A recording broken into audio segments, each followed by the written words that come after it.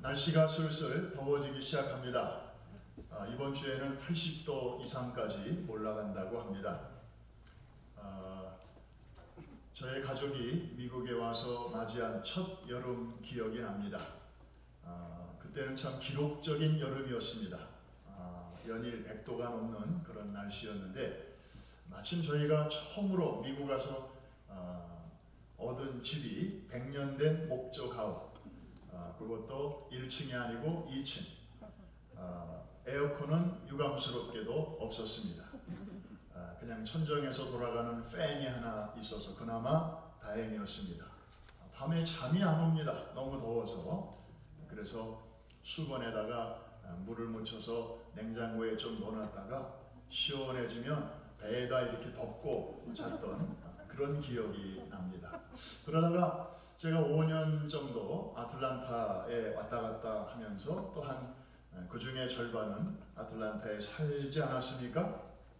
아틀란타의 여름은 정말 대단했습니다. 오죽하면 아틀란타를 하틀란타라고 했겠습니까? 저는 거기 가서 세탁소에도 드라이브 스루가 있다는 걸 처음 봤습니다.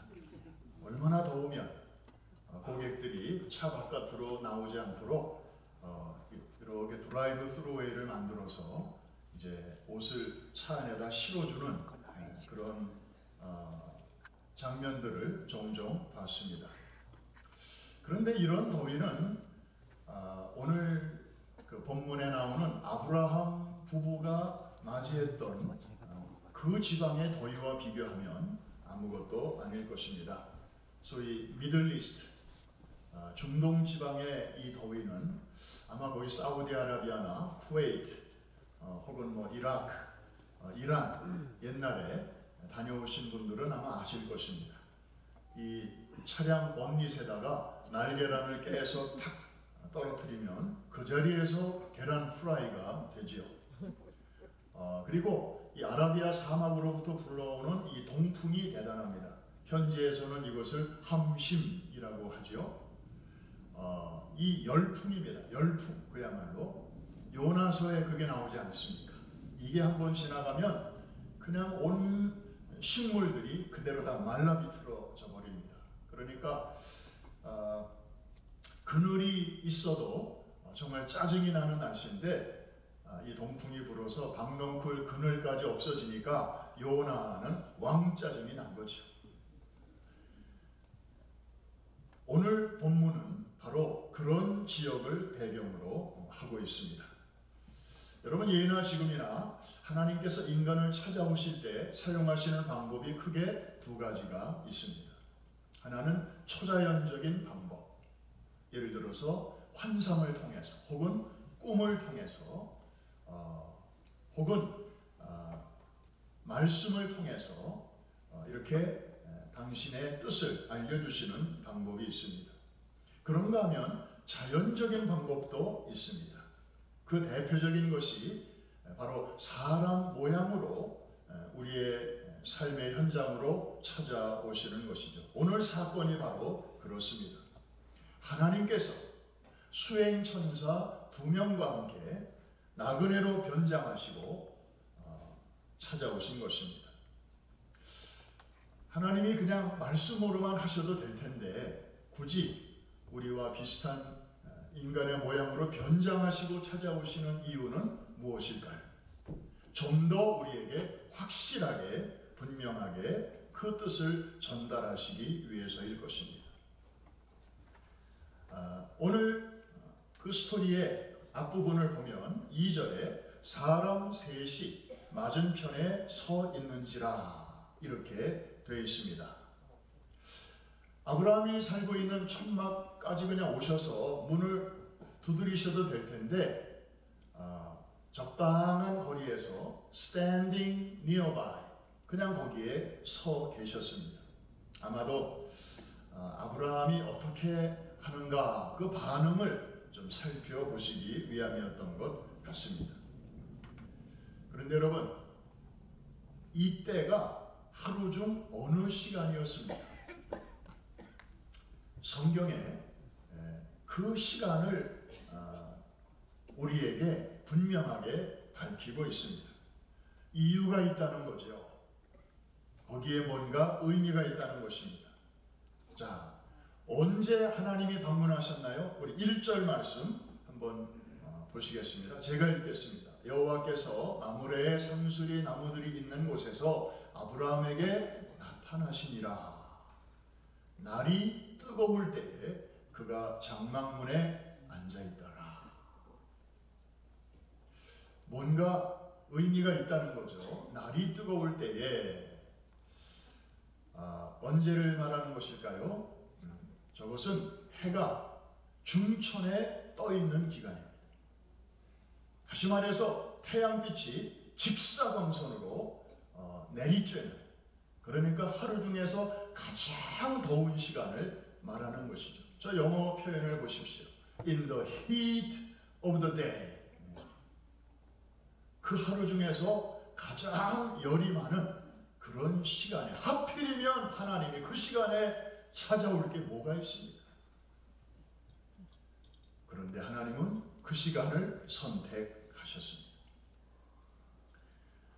이때 아브라함의 태도가 어땠는지 좀 한번 같이 보실까요? 자, 2절 앞부분 한번 보여주실까요? 자, 같이 한번 읽겠습니다. 시작.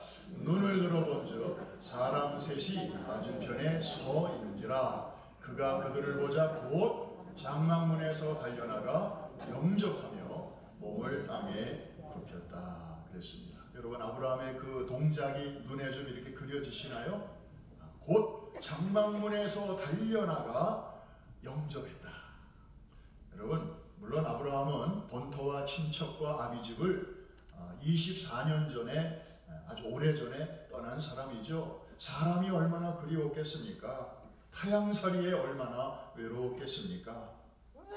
그렇지만 여러분, 아브라함이 지금 나이가 almost 100세가 다 됐습니다. 99세입니다. 늙었습니다. 젊은이가 아닙니다. 게다가 지금 저기 서 있는 세 사람은 난생 처음 보는 생면부지의 낯선 나그네입니다. 그런데 그들을 보자마자 달려가서 영접한 것은 뭘 말하는 것일까요? 이거는 그냥 자연스럽게 우러나오는 그런 환대였습니다. 친절이었습니다. 그가 평소에 나그네들을 어떻게 대했는가 하는 그의 라이프 스타일이 그대로 드러난 것입니다. 아이, 목사님, 하나님이 방문하셨는데 그 정도도 못합니까? 이렇게 또 생각하시는 분이 계실 것입니다. 저도 오랫동안 그렇게 생각했으니까요. 그런데 이 사건을 풀어주는 신약의 말씀이 히브리서 13장 2절쯤에 나오는데요. 거기 저렇게 되어 있습니다. 제가 읽어보겠습니다. 손님 대접하기를 잊지 말라. 이로써 부지 중에 천사들을 대접한 이들이 있었느니라. 성경에 저기에 해당되는 분들이 많이 있겠죠. 그러나 가장 대표적인 사건을 들라면 바로 창세기 18장에 나오는 아브라함의 사건일 것입니다. 여기 보면 부지 중에 천사들을 대접했다. 나중에야 알았겠지만 적어도 처음에는 몰랐다는 것이죠. Without knowing it. 아마 알았다면 아브라함은 더 잘했겠지만 몰랐으면서도 저렇게 했다면 참 평소에 아브라함이 어떤 삶을 산 사람인가를 알 수 있습니다. 2절 그 다음 부분을 보면 또 저런 동작이 나옵니다. 몸을 땅에 굽혀. 여러분 한번 이렇게 눈으로 한번 그 모습을 그려보시기를 바랍니다.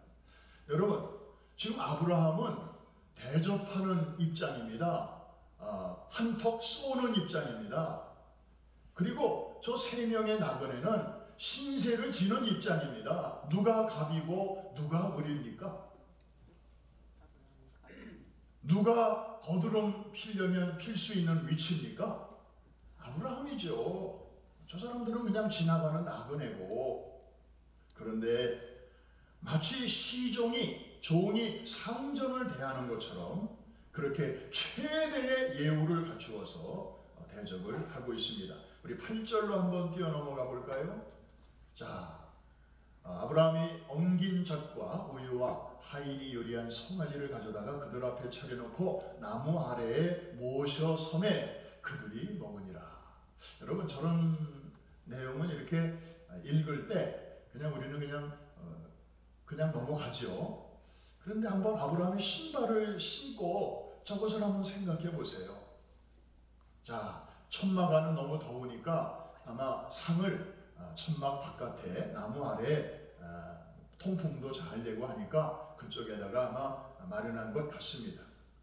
그런데 이제 종들이 뭐 음식도 가져오고 하는 사이에 아브라함은 어디에 지금 있어서 어떻게 하고 있습니까? 나무 아래에 모셔 섰다. 앉지도 않습니다. 서 있습니다. 마치 우리가 식당에 가면 테이블을 섬기는 웨이터, 웨이트리스가 하는 것처럼 혹시 저분들이 뭐가 더 필요한가? 뭐 물이 필요한가?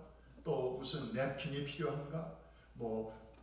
모자라는 반찬은 없는가? 하고 주위에서 이렇게 살피는 그런 모습입니다.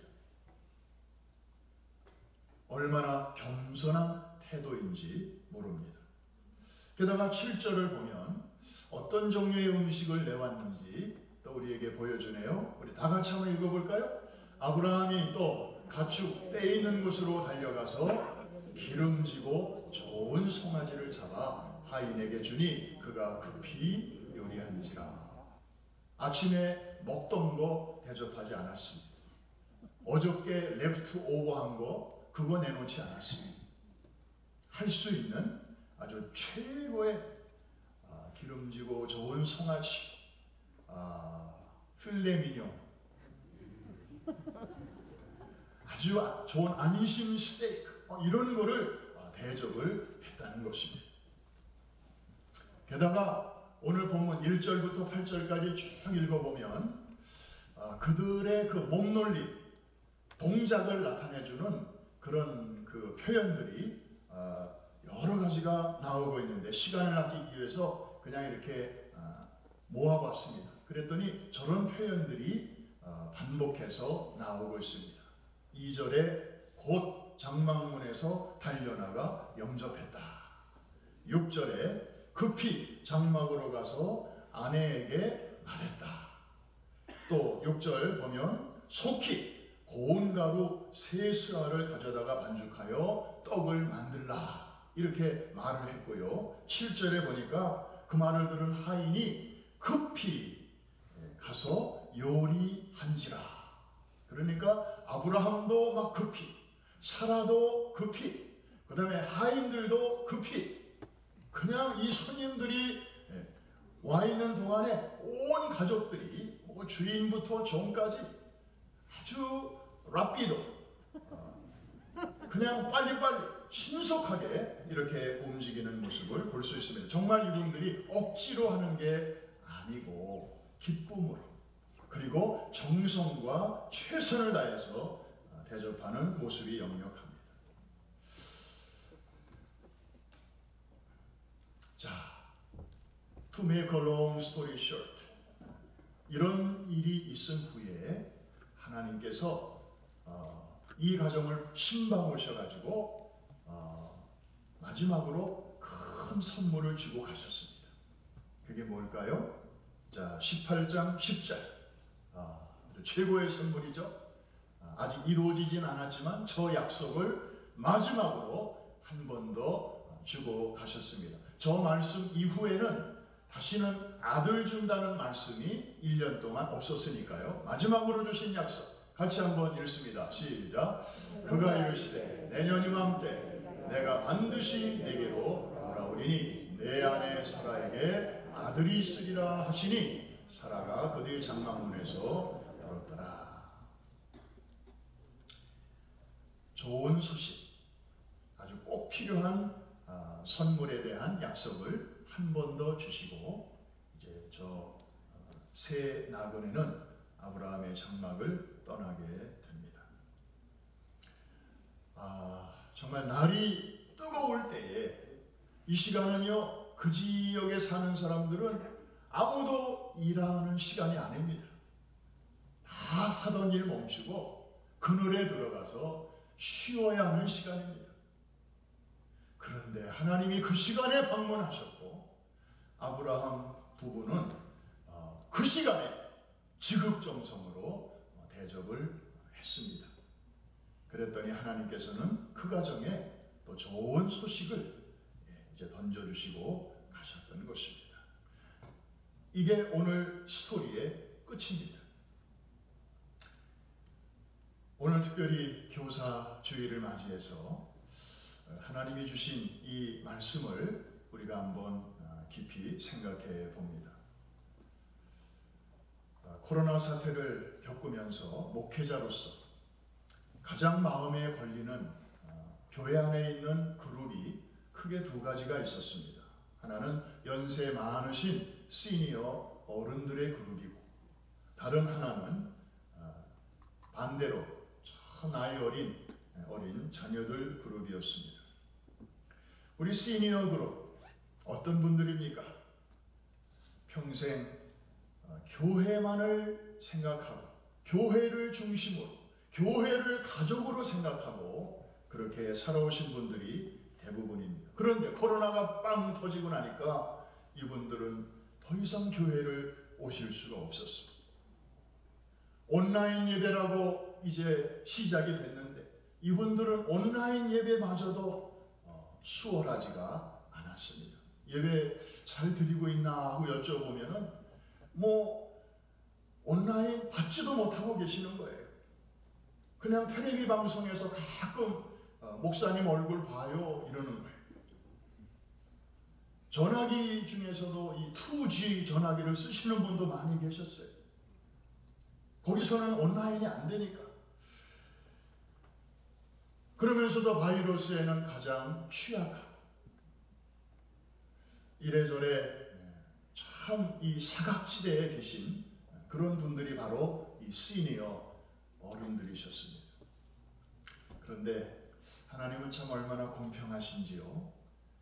금년 초에 백신이 보급되기 시작하면서 제일 우선적으로 주사 맞을 수 있는 권리가 주어진 분들이 바로 이 시니어 어른들이셨습니다. 그래서 주사를 맞으시더니 얼굴이 서서히 펴지기 시작하셨어요. 그리고 어떤 분이 전화로 혹은 카톡으로 목사님 제가 이제 주사를 두 번째 주사를 언제 맞습니다. 그러면 제가 교회에 이제 나갈 참입니다. 곧 뵙겠습니다. 그냥 얼마나 그동안에 눌려있던 마음들이 이제 이렇게 펴지시는 것이었습니다. 여러분 우리 교회에 여러 기관들이 있지만 다음 달 말쯤에 바깥에서 2박 3일 동안 처음으로 수양회를 계획하고 있는 기관이 있는데 바로 시니어들입니다. 백신 다 맞았다 이거예요. 항체 뿜뿜 나온다 이거예요. 그동안에 우리 서러웠다 이거예요. 그런데 하나님이 이제 우리에게 이렇게 제일 먼저 주사도 맞고 그리고 그동안에 참 보고 싶어도 만날 수가 없었던 우리 믿음의 친구들 함께 모여서 지금 우리 원로 목사님께서 잘 배려해 주셔서 저 업스테이트 뉴욕에 아주 공기 좋고 안전한 곳에서 수양회를 2박 3일 동안 지금 계획을 하고 있습니다. 여러분 우리 공평하신 하나님 정말 찬양하지 않을 수가 없고 우리 박수 한번 하겠습니다. 또 하나의 그룹은 우리 교회학교 자녀들입니다. 그동안 부모들은 소셜 디스턴싱을 하면서 그리고 일상생활도 하고 또 이제 몇 달 전부터 성전에 나와서 예배도 드려왔습니다. 그러나 우리 어린아이들은 그것도 여의치 않았습니다. 코로나 사태가 발발한 지 1년 2개월이 지나도록 여전히 예배당에 나오지 못하는 우리 아주 나이 어린 자녀들을 생각하면 문득 애굽의 바로 왕이 떠오릅니다. 왜냐하면 바로 왕이 끝까지 내보내려고 하지 않았던 계층이 바로 어린이들이었습니다. 성경 한번 확인해 볼까요? 출애굽기 10장 10절 같이 한번 읽으시면서 어린아이를 한번 찾아보시기를 바랍니다. 시작. 바로가 그들에게 이르되 내가 너희와 너희의 어린아이들을 보내면 여호와가 너희와 함께함과 같으니라. 보라, 그것이 너희에게는 나쁜 것이니라. 그러면서 그 다음 나오는 내용을 보면 너희 장정들만 가라. 다시 말하면 어른들만 가라. 어른들은 가도 좋다. 애굽을 떠나도 좋다. 그러나 애들은 두고 가라는 거예요. 애들은 못 보내겠다는 거예요.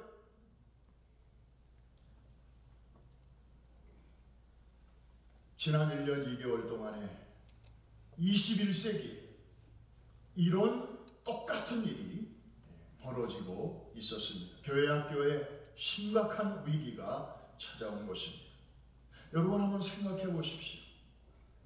이 코로나가 터지기 전에도 교회들마다 교회 학교 어려웠습니다. 애들 참 양육이 쉽지 않습니다.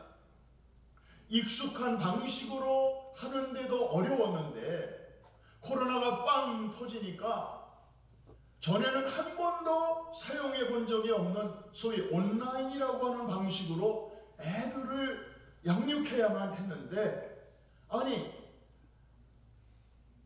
익숙한 방법으로도 어려웠는데 낯선 방법으로 이제 애들을 양육해야 하니 정말 얼마나 힘든 일이었습니까? 기가 막혔습니다. 앞이 캄캄했습니다. 저도 어려서부터 교회 생활을 쭉 해왔습니다마는 이런 위기감은 처음이었습니다. 물론 우리 교회만 그런 것은 아니었습니다. 뉴욕에 있는 모든 교회, 미국에 있는 모든 교회가 마찬가지였고, 아니 전 세계에 있는 모든 교회가 마찬가지였습니다. 그런데 여러분, 매년 이맘때 우리 교회는 교사 주일로 지키면서 각 가정에서 자라나는 다음 세대들을 맡아서 사랑으로 수고하는 우리 교사님들과 또 사역자들을 노고를 치하하고 또 감사하고 격려해 왔습니다. 오늘이 바로 그날입니다. 오늘 같은 날 떠오르는 한 선생님이 있습니다. 예루살렘에 가면 야드 바셴 홀로코스트 기념관이 있습니다. 그 경내를 걷다 보면 사진에서 보는 것처럼 한 남자가 여러 아이들을 이렇게 끌어안고 있는 그런 동상을 저렇게 만나게 됩니다. 지금 아이들의 표정은 굉장히 두려움에 사로잡혀 있습니다. 저 중앙에 한 어른의 모습이 좀 보이시죠? 멀리서 보면 잘 안 보이는데 자세히 보시면 그 중앙에 어른이 있습니다. 저분은 폴란드의 한 초등학교 교사 선생님이었습니다. 이름은 코르찹 선생님. 한 가지 궁금한 것은, 여러분 저 야드 바셴 홀로코스트 뮤지엄은 유대인들이 말하기를 자기들의 심장이다. 저 자리는 아주 우리의 심장과도 같다. 그렇게 말하고 있는 그 아주 유서 깊은 장소거든요.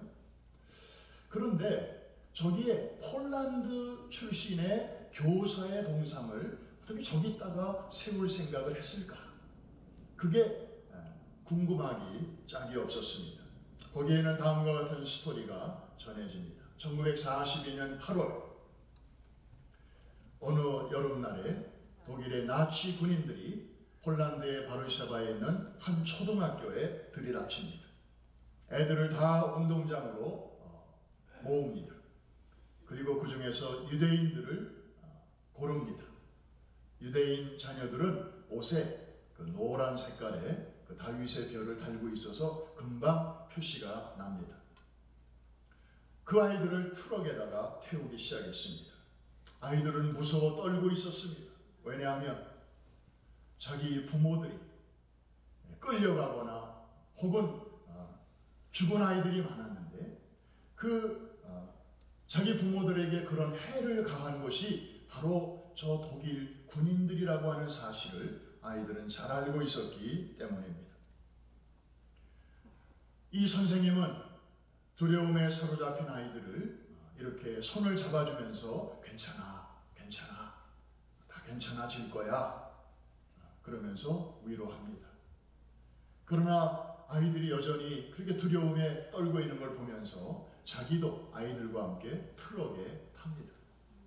선생님이 함께 타니까 애들은 금방 마음이 이제 안정을 찾았습니다. 그래서 좋아하는 장난감도 가지고 놀고 또 평소에 좋아하는 책을 이렇게 끼고 마치 소풍 가는 아이들처럼 그렇게 제잘거리고 있었습니다.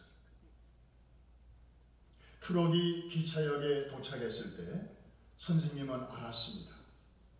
이 아이들을 태우고 갈 이 기차의 종착역은 바로 가스실이 있는 수용소라고 하는 것을.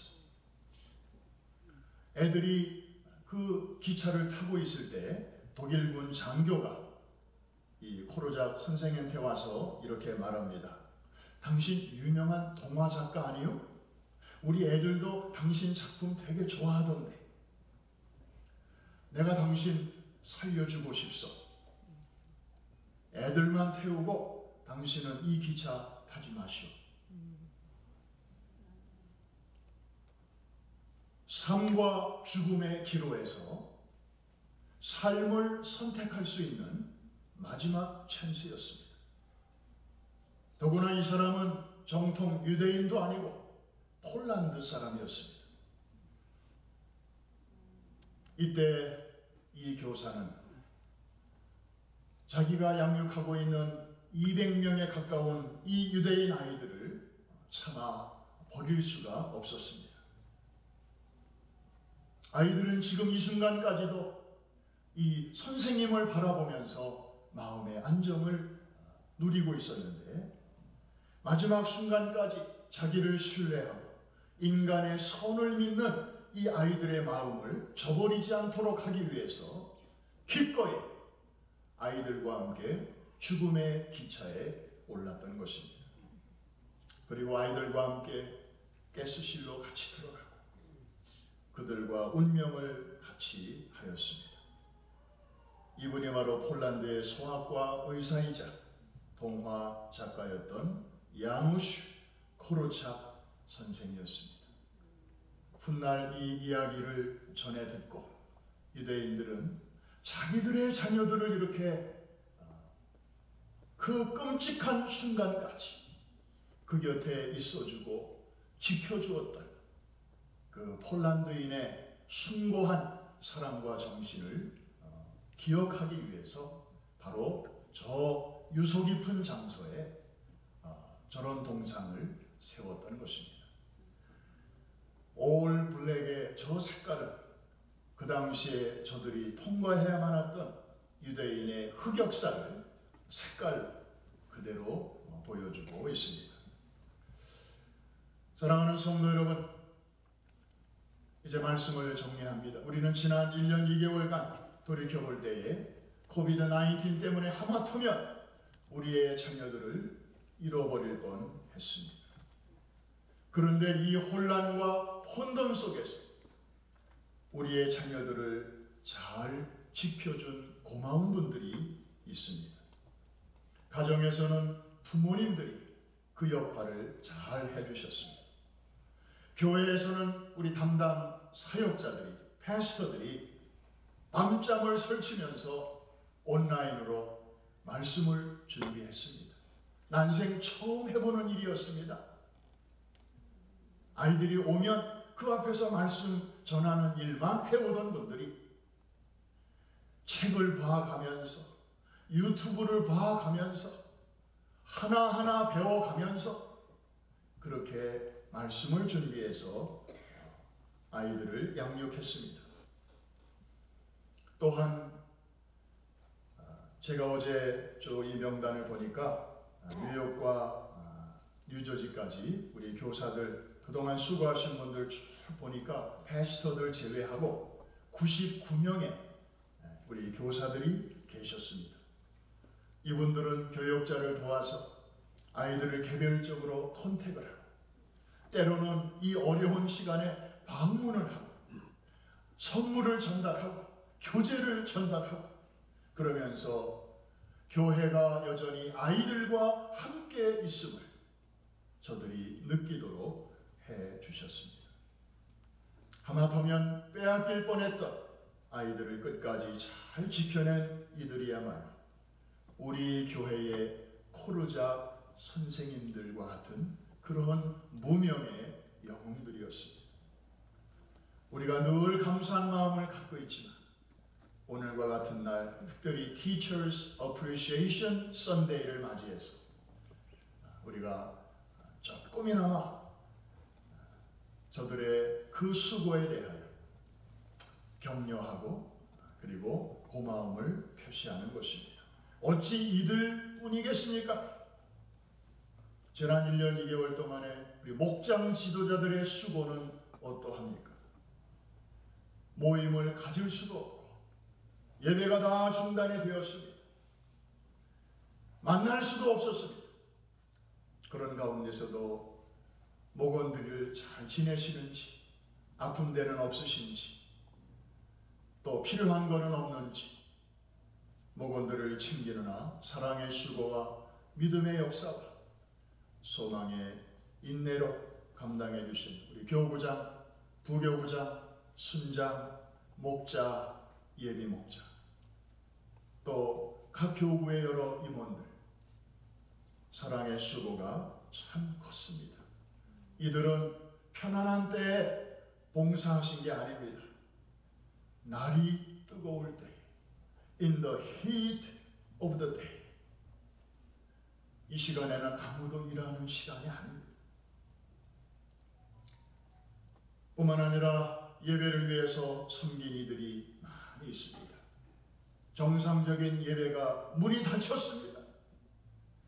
3월 둘째 주부터 우리는 전혀 새로운 방식으로 예배를 드려야만 했는데 모두가 낯설고 그리고 황당한 때에 우리 예배팀들이 이 온라인 길을 잘 만들어 주셔서 그나마 최선의 예배는 아니었지만 차선의 예배라도 드릴 수 있도록 도와주셨습니다. 모두가 언성 히어로, 무명의 영웅들이 아닐 수가 없습니다. 이후에 하늘의 산이 클 줄로 믿습니다. 이분들을 위해서는 특별한 학위가 준비되어 있을 것입니다.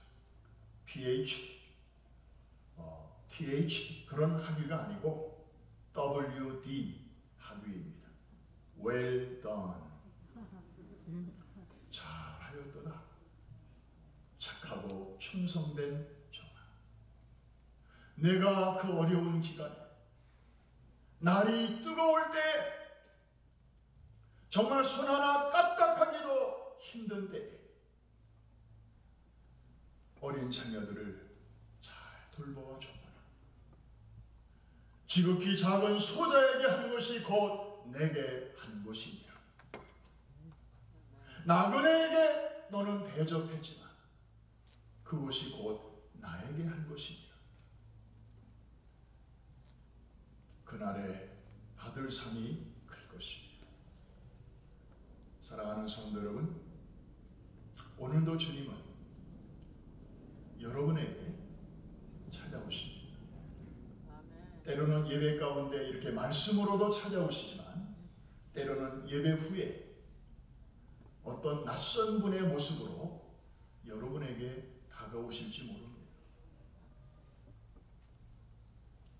그분이 주님인지 아닌지 우리는 알 길이 없습니다. 만일에 주님이시라면 어떻게 하겠습니까? 주님을 그냥 놓치면 안 되잖아요. 좋은 방법 하나 가르쳐드리고 오늘 말씀 마치겠습니다. 긴가민가 싶으면, 주님이실까 아닐까 싶으면, 그럴 때 쓰는 좋은 방법은 무조건 주님이실 수 있다. 혹시 변장하시고 오늘 저에게 저분의 모습으로 찾아오시는 거죠? 주님 맞으시죠? 이런 마음으로 여러분에게 다가오는 분을 한번 보시기를 바랍니다. 맞을 수도 있고 안 맞을 수도 있어요. 그러나 확실한 거는 그날이 되보면 알 것입니다. 마태복음 25장에 보니까 우편의 설자와 좌편의 설자로 그날에 쫙 나누어지는데, 이 우편의 설자들에게는 하나님이 막 칭찬을 하시는 거예요. 내가 가난했을 때 네가 나를 먹여주었고, 내가 병들었을 때 네가 나를 찾아와서 위로해 주었고. 아니 주님, 제가 언제요? 저는 그런 기억이 없는데요. 아니야, 그때 어린아이의 모습으로 내가 너를 찾아갔었고, 그때 낯선 행인의 모습으로 너에게 다가갔었는데 내가 그렇게 나를 잘 대해줬어. 여러분, 놀라운 말씀입니다. 꼭 꿈이나 환상 중에서만 예수님 찾아온다고 기대하지 마십시오. 아까 말씀드렸잖아요. 초자연적인 방법으로도 찾아오시지만 때로는 자연적인 방법으로도 찾아오신다. 아브라함이 99세 때에, 바로 지난주에 하나님은 초자연적인 방법으로 찾아오셨어요. 13년 만에. 그리고 말씀하셨어요. 그런데 아브라함이 여전히 99세 때에 오늘은 이렇게 나그네의 모습으로 찾아오셨단 말이에요. 그러니까 하나님은 이렇게도 역사하시고 저렇게도 역사하심을 우리에게 말씀해주고 있지 않습니까? 이해가 되시는 분들만 아멘. 그러니까 하나님은 꼭 이렇게만 역사하신다 이렇게 생각하는 분들은 나그네의 모습으로, 어린아이의 모습으로, 홈리스의 모습으로 내게 가까이 오셨는데도 그냥 주님을 지나치는 거예요. 주님은 저런 이의 모습으로는 찾아오실 리가 없어. 여러분의 고정관념, 여러분의 선입견이 주님을 놓치게 만드는 것입니다. 다시 한번 교사주의를 맞이해서 정말 하마터면 놓칠 뻔, 하마터면 빼앗길 뻔했다. 그런 아이들을 아까 우리 영상에서 본 것처럼 오랜만에 보니까 애들이 키가 이만큼 자랐네요. 이제 아이들이 지금 부서별로 돌아오기 시작합니다. 아마 키만 자란 게 아니라 지난 1년 2개월 사이에 애들의 믿음도 또 인격도 모든 면에서 많이 자랐을 것입니다. 이제 뉴 노멀의 시대, 어른들도 젊은이들도 자녀들도 다시 지금 열심히 모이는 중인데, 그냥 우리가 다시 옛날 모습으로 모이는 게 우리의 목표가 아닙니다. 우리가 앞으로 헤쳐나가야 할 세상은 이전 세상보다 몇 배나 더 터프, 그리고 정말 많은 장애물들이 우리 앞에 기다리고 있을지 모릅니다. 코로나보다 몇 배나 더 강한 놈들이 앞으로 우리를 방문할지도 모릅니다. 제가 누누이 그래서 강조한 것처럼 이번 코로나 기간이야말로 하나님의 훈련 기간이었습니다. 생각의 근육을 키운 사람들, 앞으로 다가오는 시대에 잘 감당케 될 줄로 믿습니다. 또 영적인 맷집을 그동안에 잘 기르신 분들, 그리고 정말 믿음의 담력을 잘 이렇게 무장하신 분들은 이것을 바탕으로 또 하나님이 도와주셔서 넉넉히 잘 감당하게 될 줄로 믿습니다. 우리 다음 세대들을 정말 잘 키워서 안으로는 수직 선교를 통하여 하나님의 일꾼으로 잘 키우고, 그리고 바깥으로는 수평 선교를 통해서 우리 교회에게 맡겨주신 시대와 역사 앞에 우리가 주님 만나는 그날까지 감당해야 할 414 윈도우의 사명을 잘 감당하는 하나님의 비밀 병기로 잘 세우는 우리 프라미스 항공모함 또 승무원들이 되시기를 주의 이름으로 축원합니다. 축복합니다.